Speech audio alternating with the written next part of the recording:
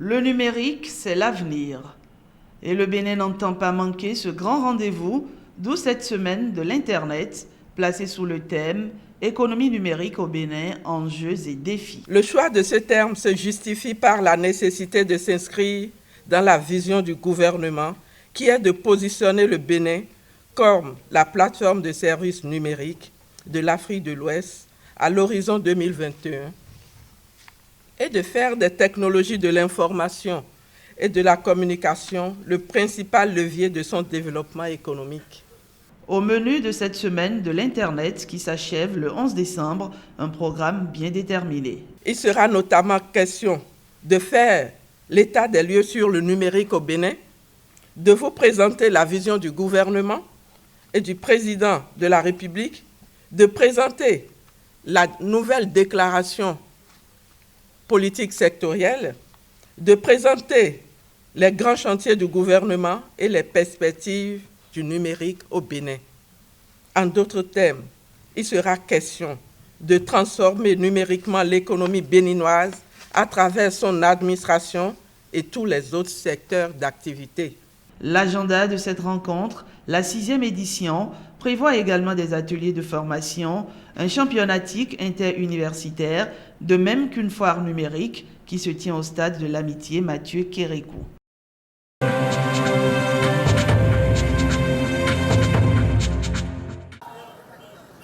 Une marche exécutée de la place des Martyrs au boulevard de l'aéroport international Cardinal Bernardin Ganti. Des volontaires exerçant au Bénin y prennent part.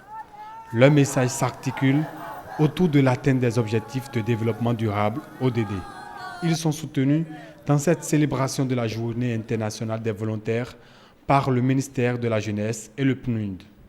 Elle représente pour les volontaires et les organisations de volontariat une occasion unique de célébrer leur succès, de partager leurs valeurs et de promouvoir les activités au sein des communautés locales et également aussi auprès des organisations non gouvernementales ainsi que des agences des Nations Unies, des autorités et de l'ensemble de leurs partenaires.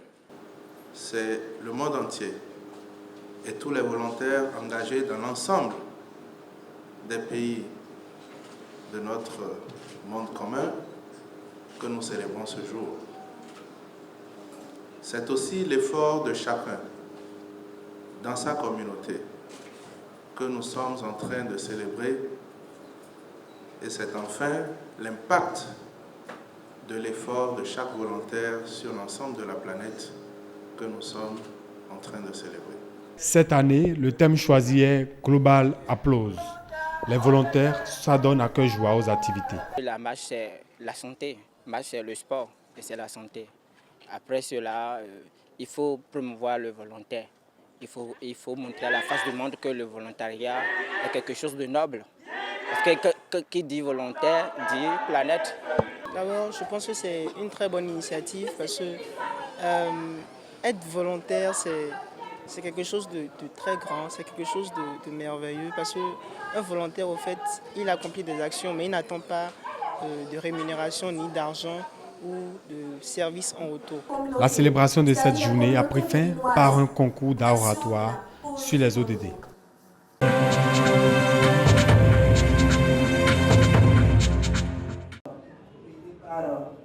Le réseau des OSC, les organisations de la société civile du Bénin s'activent pour l'atteinte des objectifs du développement durable.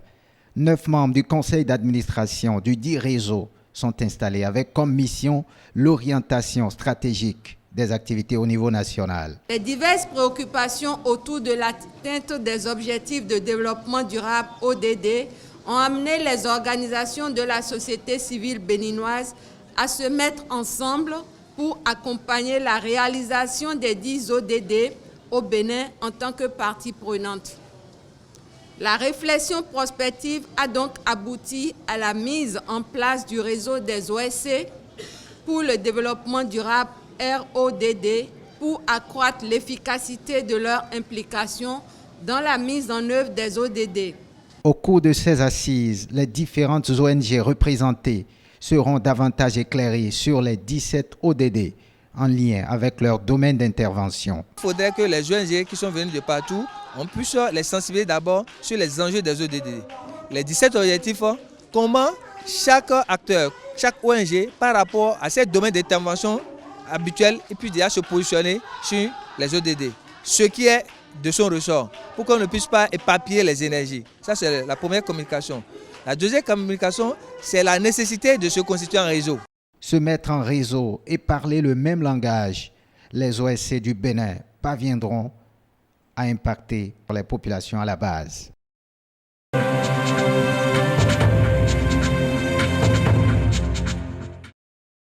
Dans plusieurs pays africains, l'engrais chimique est toujours présent dans l'agriculture.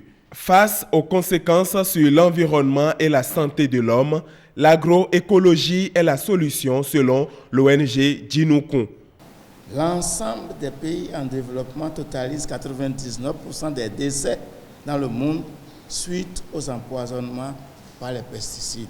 L'objectif final de ce cours est de préparer des acteurs convaincus de l'agroécologie, ayant en ce qu'ils font une fois à déplacer des montagnes, c'est-à-dire faire de l'agroécologie le futur de nos agricultures pour le bien-être des populations. Le cours que vous allez suivre devra vous amener à toucher du doigt la pertinence en ce qui concerne donc la protection de l'environnement, la protection de la nature. Ce cours devra nous amener à toucher du doigt les outils, les mécanismes nécessaires pour pouvoir donc aller au-delà donc de ce que nous savons aujourd'hui pour aborder donc la problématique de la protection liée donc à l'agriculture. Pendant 10 jours, 8 modules seront développés pour aguerrir les 47 participants venus de plusieurs pays. Au Bénin, certains ont déjà fait l'expérience de l'agroécologie et ne regrettent pas. Et le rendement, il est étonnant. Et contrairement à ce qu'on a toujours pensé, agroécologique, elle est difficile. Mais non. L'autre avantage que nous avons tiré de cette agriculture, c'est la qualité de notre sol aujourd'hui. On a vu ce que deviennent nos terres après des décennies d'agriculture conventionnelle. Et aujourd'hui, il faut aller aussi voir la santé de nos enfants. Et ceux qui nous entourent, je l'ai dit, nous n'avons rien à regretter, nous sommes plus renforcés. Avec ce cours régional Afrique francophone, le chemin est bien tracé pour plus de produits bio dans nos assiettes.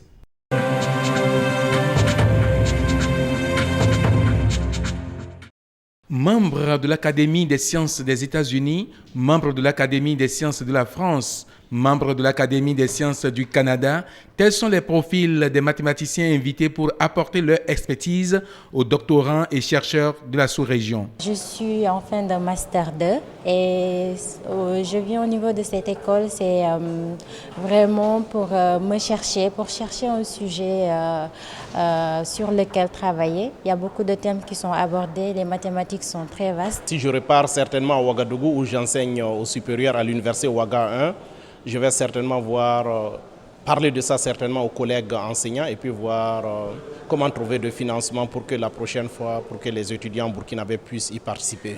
Pour le représentant du comité scientifique, cette école rentre dans le cadre d'une série d'activités inscrites dans le programme de mise en œuvre du projet Centre d'excellence en sciences mathématiques et applications, projet qu'abrite l'Institut de mathématiques et de sciences physiques. Lorsque vous visez l'excellence, il faut faire venir les meilleurs et que surtout que vous en avez les moyens, il faut faire venir les meilleurs.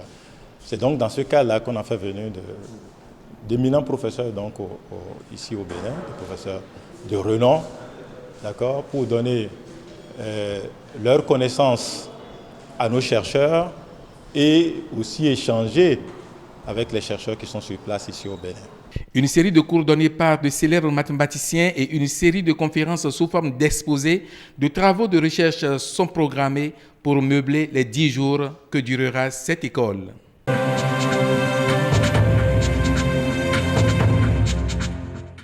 On décide de nous casser. Vous savez, coup de main, il me repose et nos verres. C'est par cette autoconsolation que la première s'installer dans les rayons du stade Mathieu Kérékou nous accueille. Elle demeure incrédule et stupéfaite face à la décision de déguerpissement, car selon elle, Elle a beaucoup apporté à ce stade. Sur cette esplanade, on violait les femmes enceintes, on violait les petites filles, on faisait tout ce qui est mal sur l'esplanade. Et depuis que je suis venu sur l'esplanade, rendre cette esplanade comme le Champs-Élysées de Paris, on décide de nous casser. On est là, on attend de voir si vraiment ils vont nous casser. Si on doit nous casser, il doit avoir des dédommagements. À côté, d'autres avertis ont déjà pris leurs dispositions. On a dégagé tout ce qu'on avait installé comme bâche, tout ce qu'on avait installé, on l'a dégagé. Pour l'instant, satellite diffusion s'est transformé en satellite diffusion mobile. Plus loin, impossible d'indiquer le portail du lycée Koulibaly par cette plaque indicative. Elle est avalée par l'installation de ce restaurant. Les propriétaires reconnaissent qu'ils se sont installés sur l'emprise du domaine public, mais demandent, comme d'ailleurs dans la plupart des cas, un moratoire. On ne veut pas qu'on casse actuellement avant le 31. On peut attendre après la fête. Là, on va parler. Là, à Kadiaoun, des indiscrétions font état de ce que les 2 derniers niveaux de cet immeuble doivent être rasés parce que érigés dans un espace aéronautique. Juste à côté, pour le gérant de ce restaurant, partir, c'est mourir un peu avec des conséquences sociales. Il est prêt à dégager avant que l'autorité ne vienne. C'est vraiment très dur, c'est vraiment un coup très dur qui va arriver, mais nous n'avons pas le choix. Nous allons essayer de faire si on peut dégager avant qu'ils ne viennent casser. Pour celui-ci à Tokpa, par exemple, l'opération peut attendre, mais espérer que les gens partent d'eux-mêmes serait de l'utopie. Je ne suis pas pour passer si on décidait de laisser enlever même des gens, seraient toujours têtus, ça ne va pas passer. Mais avant d'assainir la ville de Cotonou, vitrine du Bénin, par la suppression de la circulation de ces chargements hors gabarit, celui qui a le droit de résidence sur la place publique, c'est lui, le Tolegba, qui veuille sur la cité. Ce n'est que constat.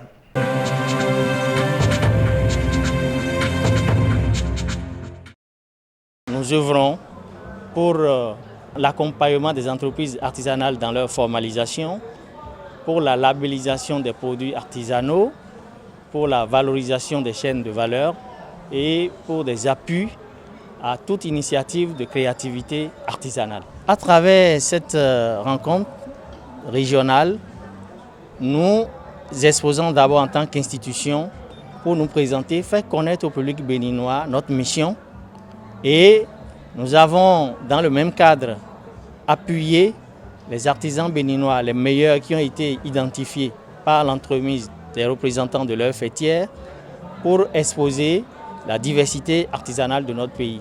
J'ai connu le fonds il y a quelques années, quelques mois, et ça m'a permis de participer au Flocorial de Bersic, au CIAO, et de faire participer quelques artisans sous ma tutelle à Miva.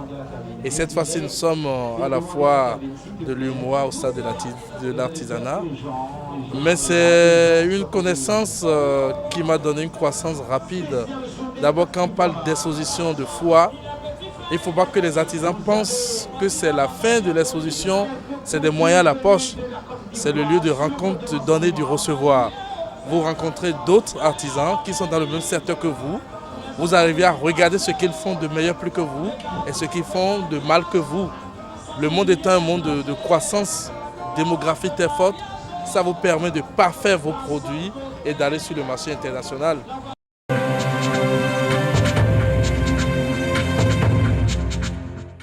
Nous sommes ici dans le cadre du lancement de mon recueil de poèmes intitulé Rituel existentiel. Rituel existentiel parce que j'ai voulu que cette fois-ci ma poésie aborde le destin humain sous différents angles.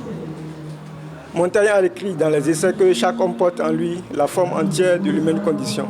Donc moi j'ai voulu faire une randonnée à travers le destin humain en mettant en exergue les souffrances, la maladie, la mort, mais aussi le bonheur. Parce que, hommes que nous sommes nés sur cette terre et ce n'est pas une vie de plaisir. On traverse toujours des difficultés, des problèmes. J'ai voulu symboliser ces souffrances à travers la poésie. C'est des expériences personnelles, mais aussi le fruit de la lecture de diverses œuvres poétiques qui m'ont inspiré. J'ai voulu marquer à travers un ouvrage qui, je l'espère, restera éternel dans le temps. J'ai voulu marquer le destin humain. J'exprime ce que mon cœur m'apporte comme inspiration. L'ouvrage est disponible dans les librairies. Comme l'a écrit George Sand, la connaissance d'un livre peut devenir un véritable événement moral. Donc j'espère que la lecture de ce recueil de poèmes apportera quelque chose de plus dans leur vie.